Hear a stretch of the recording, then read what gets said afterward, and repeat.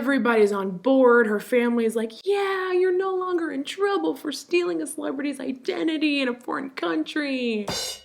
Guess what day it is, friends? It's mock-up on Mama Manda. So, by popular demand, today we are going to be reviewing the Lizzie McGuire movie. You guys know what? This is super weird. I can't even believe I'm admitting this. I had actually never seen this movie. I think I just thought I did. Like, I remember I definitely saw the show, and I definitely saw clips from the movie and knew the songs and stuff, but when I started watching it, I was like, I've never seen this, so it was a real treat to watch. So I have the movie pulled up on my laptop, I have my notes, and let's just, you know, jump right in. Let's take a crazy chance. Why not take a crazy chance? So the movie starts off strong. The opening scene is Lizzie McGuire's little brother, Matt. And you see him messing with a super 90s like camcorder, and he's putting a tape inside the camcorder labeled blackmail. And you know, he's really tech savvy for a kid because he somehow gets the camcorder into Lizzie's bedroom, I guess to film her while she's getting dressed. And she's like, Matt, stop, I'm getting ready for graduation. And at first I was like, oh, high school graduation. No, it's 8th grade graduation. Anyway, naturally she doesn't have her outfit picked out, because if she had, then we wouldn't have this wonderful stereotypical scene that's in every tween movie of her trying on all these different heinous outfits, while her cartoon self is doing the same thing. Matt's chilling in his room, filming her with goggles on his head. And I gotta tell you guys, this intro scene went on forever. It is literally at least 5 minutes long. So it goes on for literally ever, and then she finally settles on this like pink and black matchy outfit. And then we get to graduation and none of it even matters because she's covering it up with her graduation gown. And then we see Meanie Kate. You guys remember Meanie Kate? Popular Kate. She comes up to Lizzie and straight up unzips her gown to reveal that she's actually wearing this like puffy dress. I don't get this. Why did she settle on that pink and black outfit and then end up in a puffy dress that she's already worn before? Now that I think about it, maybe it was because she fell in the bathtub with her cute outfit on. So you find out a couple things in this scene. You find out Kate has a way with words. Only you would think that you could hide that powder blue puffy sleeve. It's kind of a peasant dress, but it might just be a baggy disaster of questionable fiber content that you wore to the spring dance. And then also she does that thing in movies where they over-explain. You find out that Kate and Lizzie used to be besties until she became popular. We used to be best friends. Yeah, but that was before she became popular. The whole popular girls in movies thing, it always kills me. And I remember even thinking this as a kid, that the girl that was supposedly the loser in school was always super beautiful. Like Hilary Duff is the loser and Kate's the popular girl, sure. So then this guy walks up. Hey, Mr. Escobar. Wait, did she just say Escobar? Like as in the drug lord? Anyway, Escobar drops a bomb on Lizzie. He tells her like, look, Margaret Chan, who I guess is the class president, isn't there. I guess she's not graduating or something. So because Marg's not there, Lizzie has to do the speech like in her stead. And she starts freaking out. You know, there's a real weirdly edited like slow motion clip. She hears Escobar's voice in her head telling her she's no Margaret Chan. You're not Margaret Chan. Real encouraging, Escobar. Anyway, she of course starts freaking out. She attempts to, you know, deliver the speech, but fails miserably. She decides to go get water in the middle of it. And of course, trips and ruins everything, makes a fool out of herself. Matt celebrates. And you know, she ends 8th grade with a bang. It just kind of establishes that Lizzie is so relatable and a total goof. Turns out, as an 8th grade class trip, they're going to Italy. You know guys, I gotta say, I found this pretty weird, a little hard to believe, a little. I feel like schools do that for seniors, not 8th graders. And even then it's like questionable because they're high schoolers, you know, so whatever, I digress. Just as a side note, Lizzie looks adorbs at the airport. Why is Hilary Duff just so stinking cute? I remember I wanted to look like her so bad in 8th grade. We meet Miss Ungermeyer at the airport, who's like perhaps my favorite character in the movie. I think in Italian that means a sneaky brown noser with a hidden agenda. Huh? No, she's not. She's almost my favorite character in the movie. So they hop on their flight to Italy. There's a little bit of a montage, a little foreshadowing on the plane. You can kind of tell that Gordo, Lizzie's bestie, is like kind of in love with her a little. Kate straight up busts Ethan Kraft in the head. I am gonna try the Too Faced Born This Way powder, y'all. They get to Europe. There's like a weird bus driver that they focus on for a second and then never refer back to, I don't think. Do they? They get to the hotel and Ungermeyer's barrage ragging on the hotel clerk and how he was a commander in the army and there's no getting anything past him. Like, he's sharp as a tack, you know? And I'm thinking to myself, ooh, he's gonna be like an intimidating character. And he's like, We serve at the 5 the cookies. so ironic. Oh, this powder is nice. Look how smooth. Lizzie gets stuck rooming with meanie Kate, and at this point in the movie, I was like, wait a minute, where's Miranda?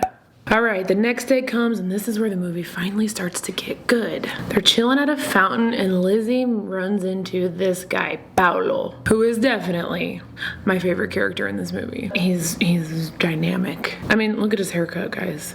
Honestly, I don't know why I just powdered my eyelids, because I think I'm gonna use cream shadow on my lids today. Well, I was gonna try the Born This Way concealer, but it's actually way too dark. I should have done my contour with it. Dang it. We'll do it next time. So this is where we finally kind of get into the main point of the story. When Paolo and Lizzie run into each other, he mistakes her for somebody named Isabella. Isabella? Huh? He really thinks at first that Lizzie is Isabella, and apparently so does everybody else. Isabella? And he tells her like, oh, sorry, I thought you were somebody else. Isabella's my singing partner. And I was like, wait a minute. She's your singing partner? And you couldn't tell that that wasn't her. Anyway, but then you see the billboard and you realize that Isabella is Hillary Duff with brown hair. So then it's like, okay, easy mistake, Paolo. Anyway, Paolo like wants to see Lizzie again. And she's like, it's okay, I have this wheel of cheese. Oh, it's okay. I got some cool cheese. She says no, she basically turns him down. And all the while that this is happening, there's paparazzi everywhere because everybody in this country thinks that she's this famous singer, Isabella. He's like, all right, well, if you change your mind, meet me at the fountain tomorrow at whatever time. Anyway, back at the hotel, Lizzie somehow finds Paolo and Isabella's CD and she's listening to it on her Walkman. And she likes it, you know, she's feeling it. She's telling Gordo about it. And honestly, this scene was so hard to watch. Like, Gordo is so in love with Lizzie. He keeps making these crazy, weird comments to her. You scented soap, huh? What? So awkward. I liked how he didn't name a specific scent, he just said scented. I feel like asking that question to a teenage girl is the equivalent of being like, so you eat edible food? He encourages her to like, go meet Paolo, he's a famous celebrity, we're supposed to have adventures, I'll cover for you. And Lizzie's like, you know what? Okay, when in Rome. I finally got to say that for real. I've been waiting years. Look at this beautiful new palette from Sigma. So the next morning she decides she's gonna fake sick. And of course she's laying in bed faking sick with full makeup and hair. That's not obvious. And again, you know, just a completely unrealistic scene. The adults straight up make fun of her, talk bad about her. Apparently her fall at graduation was on CNN. You know, I heard she fell down at graduation, made a complete fool out of herself. And you think that could have something to do with this? I saw that on the CNN. CNN? I didn't really understand that comment. I like, did they really show it on CNN in this movie, or was that just, I don't know. And then this guy, who I guess is the doctor, he's like, I've heard of this condition. The nervous system collapses because of utter humiliation. The nervous system collapses after that type of utter humiliation. Long story long, they believe her and they leave her alone unsupervised in the hotel in a foreign country without an adult. The old nervous system collapsing out of humiliation trick. Oldest trick in the book. So anyway, she sneaks out, finds Paolo. He's at a fountain with some kids. They go on a moped ride. Everything about the next few minutes of this movie to me was strikingly similar to the movie Passport to Paris, starring the Olsen twins. Oh my gosh, maybe I should review that one next. Anyway, this moped ride is just incredibly smooth and Lizzie looks adorable the whole time. If it were me on the moped with Paolo, it would have gone a little more like this. Paolo, slow down, guys! Meanwhile, back in America, Matt is chilling at home with his friend who, might I add, is incredibly violent. And they appear to be plotting something. I truly did not understand this scene. I still don't. The first time I watched this, I was with Nick and he pretended that he understood this conversation, but he didn't. Just explain that scene to me one more time. Who's the little blonde girl? His business partner. What are they in the business of? Blackmailing Lizzie? But who would buy that footage of Lizzie? Like H students.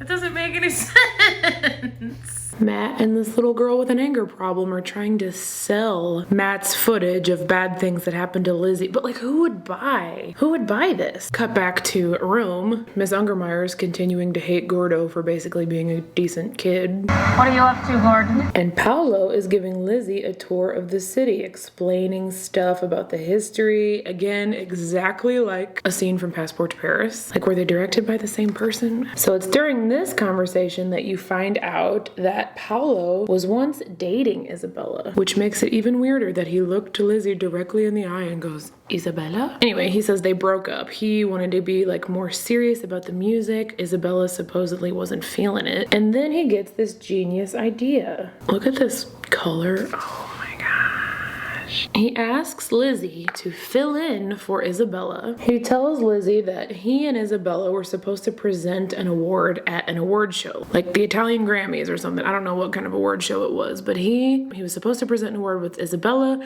but she's super mad at him. She refuses to appear. So when I saw you yesterday and I saw how all those people thought you were Isabella, I got my crazy idea that maybe you could pretend to be Isabella for one night and present the award with me on stage. Yeah, I'm sure no one would notice. And then he also reveals that Isabella is a bad singer and that she lip syncs. Anyway, overall, I just wasn't thrilled with how this conversation went, how her first little date with Paolo went. I didn't really like the script or anything about it, so I decided to just kind of recreate it in the way that I think it should have went. Hey, you think they got chicken marsala here? How about Chef Bardi? You work here? Hey, you still having them stomach issues? For me, it's no problem. I mean, are you sure? 'Cause I heard you fart when you sing. I don't know where it comes from. It just comes from me. La la la la, sing. So back at the hotel, Lizzie informs Gordo of the plan, you know? Tells him all about her magical day with Paolo and all these great things about him. And, you know, Gordo makes a reasonable statement. That's a lot to say about someone just knowing them a day. Lizzie brushes it off, of course. There's another scene back in America where Matt and that little bully kid are doing some research. I guess they're starting to catch wind of what's going on in Italy. You know, seeing Lizzie on the internet and stuff. And then back in Italy, Lizzie is just full on now posing as Isabella, like even working with her team, doing photo shoots and stuff. I guess her team somehow didn't notice that it wasn't her and that she no longer had an Italian accent. The island that we were on was really, really sunny, so it was just the sun. And you know, you guys might be thinking to yourself that you would never do such a thing, but in the Lizzie's world, why not take a crazy chance? So Gordo's out exploring Rome with the class, and he ends up seeing Lizzie on the cover of a magazine. So literally everyone at this point thinks Lizzie McGuire is Isabella, and it's really weird to me and it doesn't make sense. Like, I know my celebrities' faces that I follow. I would know if somebody was posing as Ariana Grande, okay? In a heartbeat. Wait, actually, maybe not, because I remember seeing on Twitter a girl named Paige who I literally was convinced was her. Like, it took me a while. Okay. You know what? The plot all makes sense now. Forget everything I said. So Lizzie gets treated to a full-blown makeover by Isabella's team. It's another weird clothes trying on montage. And this time, you know, it's even weirder. They put her in all of these ridiculous things that no designer would ever put an artist in besides maybe Lady Gaga. Like, there's an aluminum foil dress, a Christmas light dress, a dress that looks like an igloo. Why not take a crazy chance? And then suddenly, when the photo shoot's almost over, she gets an Italian accent, and it's terrible, of course. I am how you say, awesome? So convincing. So after the makeover, she is just like totally falling into the role of Isabella. She's literally signing autographs, just full on like stealing her identity. And this is where I really started to wonder, where's the real Isabella? Oh, hey, look, Helmet Guy's back. So, back at the hotel, Kate, Meanie Kate, you know, she is on to Lizzie. She knows. She has mean girl intuition. She even notices Lizzie's new highlights that she didn't get because she looks exactly the same as she did in the beginning of the movie. And, you know, Kate is like just amazed. She's amazed that boys like Lizzie over her. How is Lizzie McGuire living this fantasy and I can't even get an Italian boy to buy me a plate of spaghetti? Anyway, Gordo is no longer a fan of what's happening. He's no longer in support of Lizzie and Paolo's relation. He just thinks the whole thing is sketchy. And he also found out when he's read the magazine cover that Lizzie actually has to sing at the show, not just present an award. She has to sing, which Paolo did not tell her. And Gordo's like, look, that's Sketchball City. And you know, when I found this out, I too thought it was sketchy, because who in their right mind would think to themselves, man, our singer for the award show canceled. She's not coming. Who should fill in? I know. Hilary Duff. Hill's got a lot of talents. I don't think she's a great singer, but I guess if she's better than Silk from Glitter, I think we'll be fine. So Lizzie again is on a date with Paolo, and she kind of confronts him, you know. She's like, look, Paolo, you did not tell me that I had to sing at this award show. And she keeps trying to talk to him about it and like object to it, and he just keeps like changing the subject, like, hey, look over there. Don't worry, Karina, I'll make this work. Look. Meanwhile, back in America, Matt is up to no good again. He wants to go to Rome and like sabotage Lizzie's life, I guess, so that him and that violent girl can sell footage of it or whatever. So he goes to his parents and he just pretends he misses his sister. It literally takes him 2 seconds and the dad's like, I'll get the passports. I'll go get the passports. Sure, Lizzie McGuire's dad. I was trying to like add up how much this would cost to just decide that 3 people were gonna go to Rome the next day. I feel like it would be like $4,000. Then again, I don't know, I've never done it. Back in Italy, Ungermeyer starts to figure out that Lizzie has been like faking sick, been sneaking out, and Gordo, you know, because he loves Lizzie, ends up taking the blame for it. He's like, Miss Ungermeyer, I've been the one sneaking out. And without questioning it, she just believes him. And if you really think about it, that doesn't make any sense. If Gordo's the one sneaking out, why is Lizzie the one faking sick? But Ungermeyer believes it. Another reason I love teen movies is because all the adults are all just really dim-witted, and the teens are the smart ones. Meanwhile, Lizzie and Paolo are rehearsing. Turns out she's a terrible lip syncer. Even though she knows the words, she can't match her lips up to the words. I could almost kiss the stars for shining so bright. You know, they're falling more in love. They rehearse a terrible dance.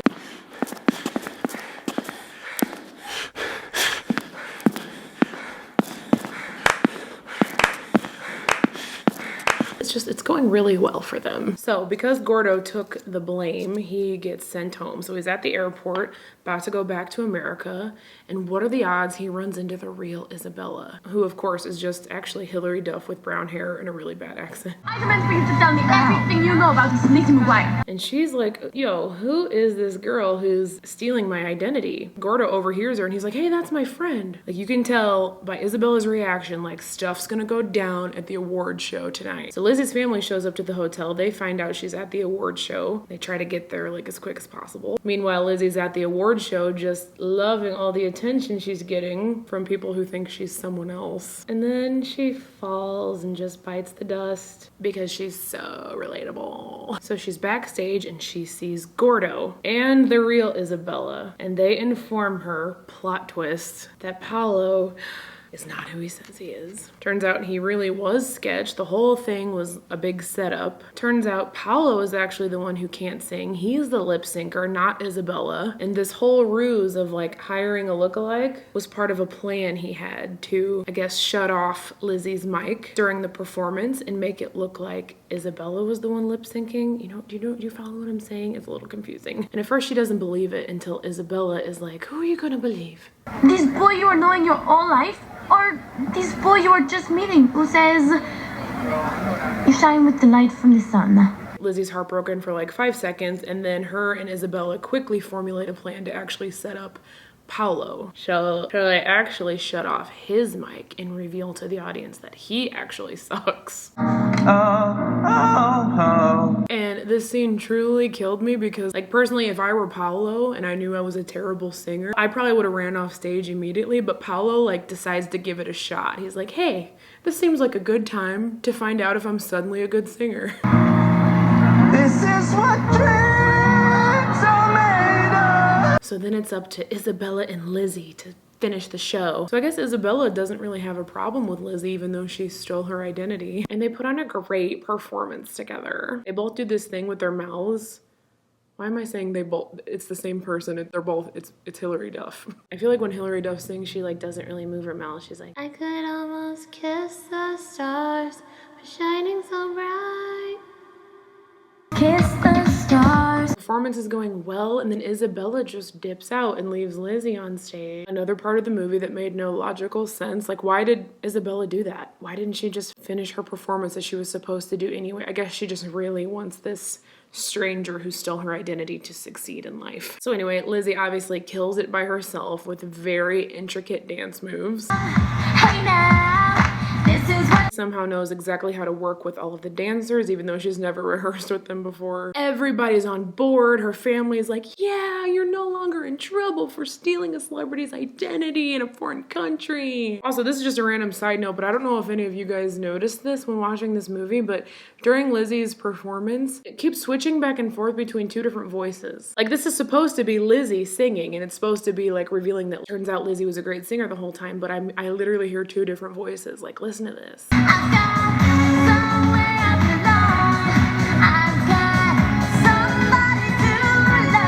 I crazy? Anyway, the movie's coming to a close. They're back at the hotel. Love is in the air. Ungermeyer's flirting with Paolo's bodyguard, who refers to himself in the third person for some reason.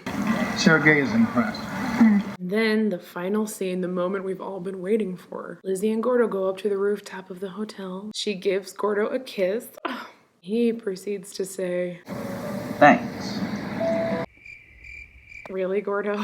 And then it's over.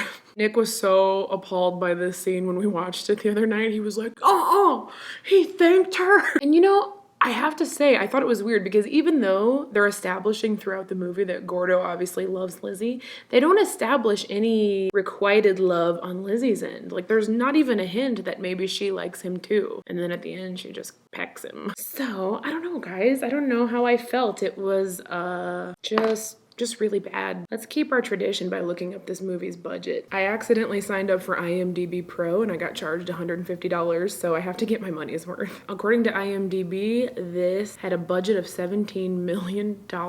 Worldwide, it made over $55 million. Oh my gosh. Good for you, Hill. This actually has decent ratings on here. I see a 5 out of 10, a 7 out of 10. I like the title of this review. Sick of people cutting down Liz and nice Hillary. I am writing this message on all of the bad negative bashing on Lizzie McGuire. First off, I want to say, okay, Karen, too long. Can't finish reading it. All right, guys, thank you for being here, for hanging out with me during another bad Thank you for hanging out with me during another bad movie review. As always, it was a blast. As always, let me know what I should do next. After doing the Flamin' Hot Cheetos song, a lot of you have been requesting Coyote Ugly. Do you think I should do Coyote Ugly, or what do you think? I want something really, really bad. Really 90s, really bad. Low budget, bad. Leave it down below. Love you guys. See you in the next one. Bye. Let me pause the camera with my new remote. Everybody wants to be your man. I gotta take a break, my back hurts. Everybody wants you to be her mom. And I like how when they're walking out, Ms. Ungermeyer asks the doctor like about a boil that she has. Doctor, I have a boil. Please. You must promise me you'll speak of this to no one. Imagine what would happen to Isabella's career. I swear I won't even tell Cecil. You won't get some Pepto-Bismol? See?